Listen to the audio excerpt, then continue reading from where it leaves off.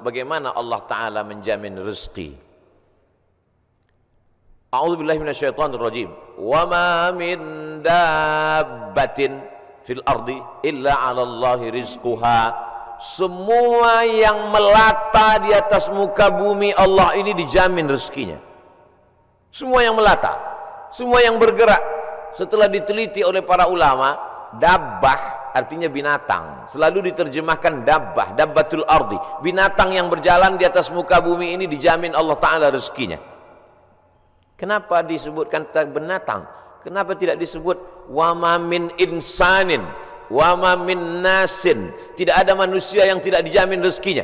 Digunakan kata yang paling rendah, paling hina, paling kotor, binatang. Kalau binatang saja dijamin rezekinya, apalagi yang mulia. Karramna bani Adam ala katsirin minal khalqi wa faddalnahum tafdila. Di antara semua makhluk ini manusia yang paling mulia. Khalaqnal insana fi ahsani taqwim. Dari bentuk susunan fisiknya paling sempurna, dari bentuk keseimbangan antara akal dengan nafsunya juga sempurna. Ada yang satu ini nafsu aja, tak ada akal, binatang. Ada yang satu ini akal saja, tak ada nafsu, malaikat. Makanya kalau ada teman kita nafsu aja, tak ada akal, kita udah tahu dia sama geng mana. Maka paling sempurna bentuknya, keseimbangannya manusia. Tapi Allah tidak sebutkan manusialah yang kujamin rezekinya, tidak. Allah sebutkan yang paling hina. Kalau binatang yang kotor tidak berakal saja dijamin Allah rezekinya, apalagi manusia. Maka ada ungkapan pepatah orang Melayu, rezeki musang tidak akan dihabiskan harimau. Rezeki musang tak akan pindah ke mulut harimau. Secara fisik harimau lebih besar, secara fisik harimau lebih buas, lebih gagah, lebih tajam taringnya. Raja hutan, raja rimba. Musang biasa saja. Bahkan ada musang yang paling keren ya kopi luwak, karena itulah makanan dia. Tapi rezeki musang tidak akan mungkin dihabiskan harimau. Kalaulah gara-gara harimau musang itu tidak makan, maka sudah lamalah musang itu punah dan musnah, tidak ada lagi di permukaan bumi. Tapi sampai hari ini musang masih tetap ada dan harimau pun tetap ada. Begitu Allah Subhanahu wa taala mencari, menyediakan rezekinya. Binatang yang melata, melatanya tidak pula di atas tanah. Justru dia unik. Kalau binatang yang lain kakinya di atas tanah, kepalanya, dia justru terbalik. Justru kaki dia yang ke atas, dia yang ke bawah. Bukan Spiderman, cicak. Makanannya pun luar biasa. Yang dia makan tidak melata tapi yang terbang, nyamuk. Bisa juga dia makan. Jadi kalau ada orang dikasih Allah Ta'ala tangan, kaki, kudrat, iradat, kemauan, kehendak, dikasih Allah Ta'ala akal sehat, badan sehat, segar bugar, tapi cemas dengan rezekinya, dia mestinya malu dengan cicak. Kemudian bagaimana Allah Subhanahu wa taala membagi rezeki itu? Lau tawakkaltum 'ala Allah haqqa tawakkulih. Kalau kamu bertawakal kepada Allah sebenar-benar tawakal, la razaqakum kama ruziqat thair. Kamu diberi Allah rezeki sebagaimana seekor burung mendapatkan rezeki. Bagaimana seekor burung mendapatkan rezeki? Taghdu khimasan wa taruhu bitanan. Terbang keluar sarang pada waktu pagi dalam keadaan perut kosong dan pulang dalam keadaan perut kenyang. Sampai hari ini belum ada burung yang tidak mau terbang karena khawatir dapat rezeki atau tidak. Burung merpati terbang tinggi, tahu dia di mana letak sarangnya dan pulang dia dalam keadaan perut kenyang.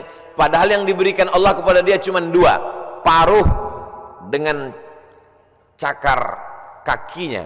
Dengan dua itu bisa dia makan. Uniknya burung-burung ini adalah makanannya berada di dalam air, dia di atas udara, lalu kemudian dia hanya sebentar saja memantau, masuk dia ke dalam dan bisa diangkat kembali. Kalau tidak percaya pada isi ceramah saya ini, sering-sering nonton film yang isinya binatang aja, tentang flora dan fauna, tentang hewan, tentang burung. Aneh dan uniknya yang menyuruh kita untuk mempelajari binatang hewan ini adalah Allah Subhanahu wa taala. Tapi yang mempertontonkan kita, kameramennya sampai berbulan-bulan di dalam hutan untuk menampilkan, hanya memperlihatkan seekor burung bisa menangkap seekor ikan, untuk memperlihatkan bagaimana Allah membagi rezeki kepada kita. Sesungguhnya di balik konten yang luar biasa ada kameramen yang sangat tersiksa. Jadi besar sekali jasa kameramen. Jadi nanti kalau beberapa hari ini akan keluar gambar Abdul Somad ceramah di Masjid Sunda Kelapa sedang begini-begini, itu kameramennya luar biasa. Ini kameramen insyaallah masuk surga sama kamera-kameranya sekalian. Saudara yang dimuliakan. Cuman kameramen kalau bisa matanya harus seimbang. Jadi jangan selamanya begini. Jadi sekali-sekali begini, sekali-sekali. Saya khawatir nanti setelah tua matanya begini. Selalu ada keseimbangan. Saudara yang dimuliakan Allah SWT, kamera itu pun juga adalah rezeki. Kenapa? Yuntafa'u bihi. Kapan kamera menjadi rezeki? Ketika dia bermanfaat. Kalau kamera hanya untuk mengambil gambar orang yang membuka aurat, maka itu bukan kamera rezeki, itu namanya kamera Sony. Itu namanya kamera laknat. Itu namanya kamera yang mendatangkan, bukan pada mereknya, bukan pada kameramennya, tapi apakah dia mendatangkan manfaat atau tidak. Begitu Allah SWT memberikan rezeki. Suatu ketika ada salah seorang dari wali-wali Allah, setelah mendengar ceramah Ustadz bagaimana perjalanan Ustadz berdakwah, bagaimana perjuangan Ustadz, saya menganggap Ustadz salah seorang dari wali-wali Allah. Kata jamaah, mendengar itu saya, ente kok tahu? Saya ini wali murid. Kaedah kewalian, la ya'riful wali illal wali. Yang tahu bahwa itu wali adalah wali juga. Jadi kalau ada orang mengatakan, menurut saya Kiai Anu itu wali, berarti dia wali. Lalu siapa yang tahu bahwa dia wali? Kamu mengatakan Kiai itu wali? Iya. Terus yang ngangkat kamu jadi wali siapa? Saya sendiri, kata dia. Ini namanya buceri, bule ngecat rambut sendiri. Karena dia klaim saja ada seorang wali Allah. Seorang wali Allah ini berjalan, dalam perjalanan panjangnya dia melihat ada seorang wali Allah juga yang duduk di gurun pasir hanya berzikir. Lalu wali yang berjalan bertanya kepada wali yang duduk, "Kamu kenapa duduk dari tadi tidak cari rezeki?" Kata wali yang duduk, "Apa kau tidak tahu firman Allah, wa ma min dabbatin fil ardi illa 'ala Allahi rizquha." Semua makhluk yang melata di atas muka bumi Allah, rezekinya sudah dijamin Allah. Percaya kau pada ayat ini? Percaya, aku wali Allah. Kalau percaya kepada ayat bahwa rezeki dijamin Allah, untuk apa lagi kita cari rezeki? Kalau kau tidak percaya bahwa rezeki dijamin Allah, lihatlah di atas pohon kurma itu ada seekor burung. Sejak telurnya menetas, sayapnya patah, dia tidak bisa terbang, tapi dia tetap menjadi burung yang besar di atas pohon kurma. Kenapa? Kita lihat nanti. Tak lama terlihat datang burung lain membawakan makanan. Datang burung membawakan cacing, datang burung membawakan ikan. Naik ke atas pohon kurma yang di atasnya ada seekor burung yang patah sayap. Begitulah kalau Allah berkehendak, rezekinya dijamin Allah, dia tidak perlu terbang. Datang burung lain membawakan. Burung yang datang ini bukan ojek online. Burung lain datang membawakan tanpa perintah manusia. Allah memerintahkan hatinya. Oh, begitu. Iya. Lalu apa kata wali Allah yang berdiri kepada wali Allah yang duduk? Kenapa kau tidak amalkan sunnah al-yadul ulya khairum minal yadis sufla? Kenapa engkau tidak memilih menjadi burung yang mendatangkan cacing dan ikan? Kenapa justru memilih menjadi burung yang duduk menunggu makanan datang? Mendengar itu wali Allah yang duduk itu tegak berdiri dan dia mengatakan, kalau begitu aku lebih memilih ingin menjadi burung yang membawakan makanan karena mengikut sunnah Rasulullah sallallahu alaihi wasallam. Al yadul ulya khairum minal yadis sufla, tangan di atas yang memberi lebih mulia daripada yang menerima. Artinya apa? Dengan rezeki, mencari rezeki, punya rezeki bermanfaat, maka orang itu lebih tinggi derajatnya daripada beriman, yakin, tapi hanya menanti menunggu. Makanya dalam Islam diajarkan al-mu'minul qawiyyu, seorang mukmin yang kuat, kuat fisiknya, kuat otaknya, kuat ilmunya, kuat finansialnya, kuat duitnya. Khairun, dia lebih baik di hadapan Allah. Wa ahabbu ilallah, lebih dicintai Allah minal mu'minid dhaif, daripada mukmin yang lemah. Wali Allah kalau menerima hadis mudah dia menerima. Ini contohnya. Wali Allah begitu menerima hadis langsung dia terima, dia langsung tegak berdiri. Jadi kalau ada hari ini orang yang diyakini sebagai wali Allah tapi bertentangan dengan sunnah-sunnah Rasulullah, maka sesungguhnya bukan wali Allah. Jadi wali apa? Wali setan. Suatu ketika ada seorang wali Allah membawa murid-muridnya untuk menemui seseorang yang dikatakan wali Allah. Diceritakan dalam kitab Ar-Risalah Al-Qushairiyah, Imam Abul Qasim Al-Qushairi. Murid-murid, kita mau ketemu dengan seorang wali Allah. Di mana Tuan Guru? Di masjid. Dia tidak pernah keluar masjid, dia dalam masjid. Ya, sampai di dalam masjid bertemu dengan wali Allah, bersalaman. Tiba-tiba orang yang dikatakan wali Allah itu, maaf, meludah dalam masjid. Lalu kemudian saat itu juga sang guru berkata, mari kita tinggalkan orang ini bukan wali Allah. Kenapa Tuan Guru? Dia banyak karamahnya, dia mulia. Karena dia meludah dalam masjid. Perbuatannya bertentangan dengan syariat, bertentangan dengan sunnah Rasulullah SAW. Karena bumi yang paling mulia adalah masjid, meludah dalam masjid adalah menghinakan masjid, maka perbuatannya sudah menjatuhkan kedudukan dirinya di hadapan Allah karena bertentangan dengan sunnah Rasulullah sallallahu alaihi wasallam. Jadi mudah saja standar hidup ini, ikuti saja sesuai dengan ketentuan yang dibawa oleh syariat Nabi Muhammad sallallahu alaihi wasallam, termasuk dalam hal mencari rezeki ini.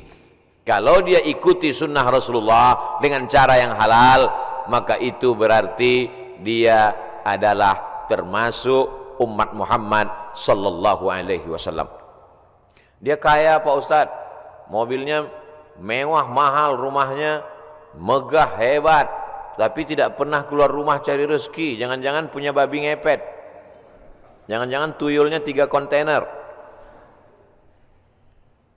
Nahnu nahkumu bizawahir, kita menghukum orang itu dengan melihat zahirnya. Yang tahu batinnya hanya Allah Subhanahu wa taala. Wallahu yatawallas sarair. Ini pembahasan tentang rezeki. Lalu kemudian hubungannya dengan pandemi. Pandemi artinya wabah penyakit yang menyerang serentak pada satu masa di beberapa negeri. Itu arti pandemi menurut Kamus Besar Bahasa Indonesia. Jangan pandemi kata orang, pandemi juga kata kita. Pas ditanya orang apa itu pandemi, ya masih sejenis demi-demi juga lah. Bahasa Arabnya wabah. Maka doa ulama, Allahumma dafa'anal wabah, angkatlah wabah. Bahasa Arabnya wabah. Sampai ke Indonesia ujungnya hamzah berubah jadi ha, wabah. Banyak sekali kata-kata serapan bahasa Arab begitu sampai ke kita berubah. Wabah jadi wabah. Zahir lawannya batin. Telapak tangan ini batin, ini zahir. Kenapa ini disebut batin? Karena tertutup. Kenapa ini disebut zahir? Karena terlihat. Oh kalau begitu ini bisa juga disebut batin tertutup Pak Ustaz? Enggak, karena yang bisa tertutup cuman ini. Siapa yang bisa menutup ke sini? Enggak bisa. Maka ini disebut batin. Zahiruha wa batinuha, zahir dan batin. Sampai ke Indonesia berubah. Mohon maaf, lahir dan batin. Tidak apa-apa, kita teruskan saja kekeliruan itu karena sudah menjadi umum. Ada nama kamus bahasa Arab khotok sya'i, khotok salah. syai' tapi populer. Ternyata kalau salah tapi populer, diteruskan saja kesalahan itu. Nah, kembali kepada pandemi, wabah. Wabah ini bukan sesuatu yang baru. Ada kota namanya Yathrib. Yathrib itu artinya kota yang banyak wabah penyakit. Nabi selalu merubah nama yang tidak baik kepada nama yang baik. Kamu mau kemana?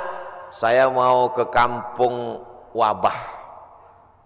Namanya saja sudah membuat kita memberikan efek negatif.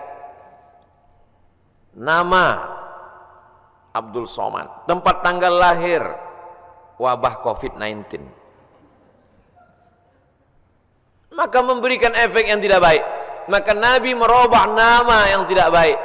Yathrib dirubah Nabi namanya menjadi Al-Madinah Al-Munawwarah, kota peradaban yang terang benderang. Kenapa terang benderang? Ketika Nabi datang ke sana, maka terang benderanglah hati mereka, terang benderang pikiran mereka, terang benderang kota Madinah. Mereka sambut dengan Tola'al Badru alaina. Badru artinya bulan purnama yang terang benderang. Kalau bulan itu bulat, namanya Badar. Kalau bulannya masih sabit, namanya hilal. Yang selalu dicari-cari orang, hilal. Hati-hati kalau ibu punya suami hilal. Saudaraku yang dimuliakan Allah Subhanahu wa taala. Maka pandemi, wabah menyebar sudah terjadi sejak lama. Makanya dalam hadis dikatakan al-mat'unu syahid. Orang yang meninggal karena wabah ta'un, wabah penyakit, pandemi, maka dia mati syahid. Saudara kita, sahabat kita, kawan kita, tetangga kita, satu sekolah dengan kita, meninggal dunia. Berikan kabar gembira kepada istrinya kalau suaminya meninggal. Sabar Pak, dia meninggal sebagai seorang syahid. Wala taqulu liman yuqtalu fi sabilillahi amwat. Jangan kau katakan orang yang mati syahid itu mati. Bal ahya, mereka hidup. Tapi mereka meninggalnya ketika mau Idul Fitri, Pak Ustadz, bajunya sudah dibeli. Ada yang lebih sayang kepada dia daripada kita. Kita tidak tahu entah apa amal dia sehingga Allah memilih dia untuk berhari raya bersama para malaikat, bersama Allah Subhanahu wa taala. Maka mendengar cerita kita itu lapang dadanya. Kata-kata kita mestilah menjadi setawar sedingin, menawarkan hati yang luka, mendinginkan hati yang panas dari ucapan kata-kata yang menyejukkan. Kalau kita tidak bisa menenangkan orang dengan materi, maka tenangkanlah dengan kata-kata. Rezeki di masa pandemi berkurang. Berapa banyak pegawai, pekerja perusahaan yang di PHK, dirumahkan, kolaps perusahaan, bisnis.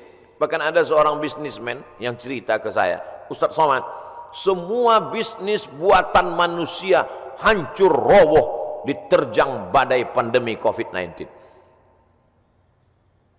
Yang bisa bertahan adalah yang buatan Allah Subhanahu wa taala. Tanaman kelapa sawit, harga karet, kelapa bertahan. Bisnis yang diciptakan, dibuat manusia, dikreasikan manusia, tumbang Pak Ustadz. Tapi orang beriman tidak pernah berputus asa. Kenapa? Karena dia melihat, memandang itu sebagai hakikat yang datang dari Allah Subhanahu wa taala. Dia berpikir cerdas. Dulu ketika rezeki saya lancar, bisnis saya sampai tidak sempat ke masjid Ustaz, sampai tidak sempat ikut pengajian. Alhamdulillah, dengan adanya pandemi ini kami masih bisa menyekolahkan anak, masih bisa makan, mungkin rezeki berkurang, tapi saya lebih sering ngaji Pak Ustaz. Oh, jadi kamu sering pengajian? Iya, tapi wajah kamu nggak pernah terlihat. Saya pakai masker Pak Ustaz. Kamu sering ikut kajian saya? Ikut Pak Ustaz, tapi saya nggak pernah ngelihat kamu. Saya jamaah online Pak Ustaz. Insya Allah yang ikut pengajian online, surganya tetap offline. Jadi jangan khawatir. Ini ada juga ustaz-ustaz yang menakut-nakuti jamaah, yang selama ini hanya online saja, surganya pun online. Untung jamaahnya kurang cerdas. Kalau jamaahnya cerdas, mana ada surga online? Surga online itu surga bid'ah. Saudara yang dimuliakan Allah Subhanahu wa taala, jadi ketika kita melihat sesuatu itu dengan perenungan, maka sesungguhnya ada hikmah yang luar biasa di balik apa yang diberikan Allah. Asa an takrahu syai'an, boleh jadi kau benci sesuatu, fa huwa khairul lakum, tapi di balik kebencian kamu itu ada manfaat, hikmah yang luar biasa. Asa an takrahu syai'an, boleh jadi kamu tidak suka pada sesuatu. Wa yaj'alallahu fihi khairan katsira, dijadikan Allah di balik itu semua ada kebaikan-kebaikan. Tapi kadang kita susah untuk berpikir cerdas, cermat, jernih di tengah hiruk pikuk suara orang banyak. Gimana kata kalau kita mau berpikir saat di tangan kita dua handphone, yang satu IG, yang satu Instagram? Gimana kita mau berpikir jernih di saat kita sedang di tengah orang yang pikirannya berkecamuk? Maka bangunlah di tengah malam, seperti jamaah yang dikatakan protokol tadi, yang datang jam 3 malam ke masjid. Kalau dia sampai ke masjid jam 3, tentu bangunnya jam 2. Yang sholat subuh jam 7.30, nggak tahu bangunnya jam berapa. Dia datang ke masjid, tentu dia bangun. Habis itu dia mandi, terapi mandi segar, menyegarkan tubuhnya, menyegarkan pikirannya, bersih, gosok gigi, suci, menghadap Allah SWT, sholat sunat wudhu 2 rakaat, sholat sunat taubat, sholat sunat tahajud, sholat sunat hajat, sholat sunat witir, berzikir, menjelang azan berkumandang ke masjid. Jernih pikirannya melihat ini. Kalaulah orang rezekinya seret, rezekinya mampat, lalu kemudian dia alihkan konsentrasinya untuk melepaskan sejarah kerisauannya dengan narkoba, dengan khamar, dengan pergaulan bebas, sesungguhnya dia hanya sedang mengalihkan satu masalah kecil, sedang dia alihkan kepada masalah yang besar. Gimana ibu? Bisnisnya sejak Covid ini makin turun atau makin? Alhamdulillah Pak Ustaz, alhamdulillah ada Covid. Alhamdulillah pula dia bilang ada Covid. Kenapa? Selama ini saya kalau mau buka usaha mesti sewa ruko, mesti sewa tempat. Hari ini saya bisa bisnis online Pak Ustaz. Saya cukup buat pasang iklan, masak di dapur sendiri, menggunakan jasa teman-teman yang bisa mengantar, akhirnya makan. Berapa banyak saudara-saudara kita yang hari ini bisnisnya tetap berjalan. Dengan cara apa? Dengan cara online. Cara menyampaikan makanannya saja yang online, makanannya tidak online. Bukan berarti makanan itu digambar lalu dikirim. Makanannya tetap diantarkan dan berjalan. Kenapa? Karena ketika kita duduk dengan tenang, maka akan ada ide-ide yang diberikan Allah Subhanahu wa taala. Yang menenangkan hati itu siapa? Allah. Huwallazi anzala sakinata. Allah taala yang menurunkan ketenangan fi qulubil mu'minin, ke dalam hati orang beriman. Tapi tidak semua bisa begini. Apotik, jual obat, minyak kayu putih, haba sauda, madu, justru di musim-musim ini peningkatannya luar biasa. Kenapa? Karena orang takut. Kalau orang takut, dia cemas, dia ngeri, dia suka minum herbal, lalu kemudian dia dengarkan hadis yang disampaikan Ustadz, habbatus sauda syifa'un min kulli da'.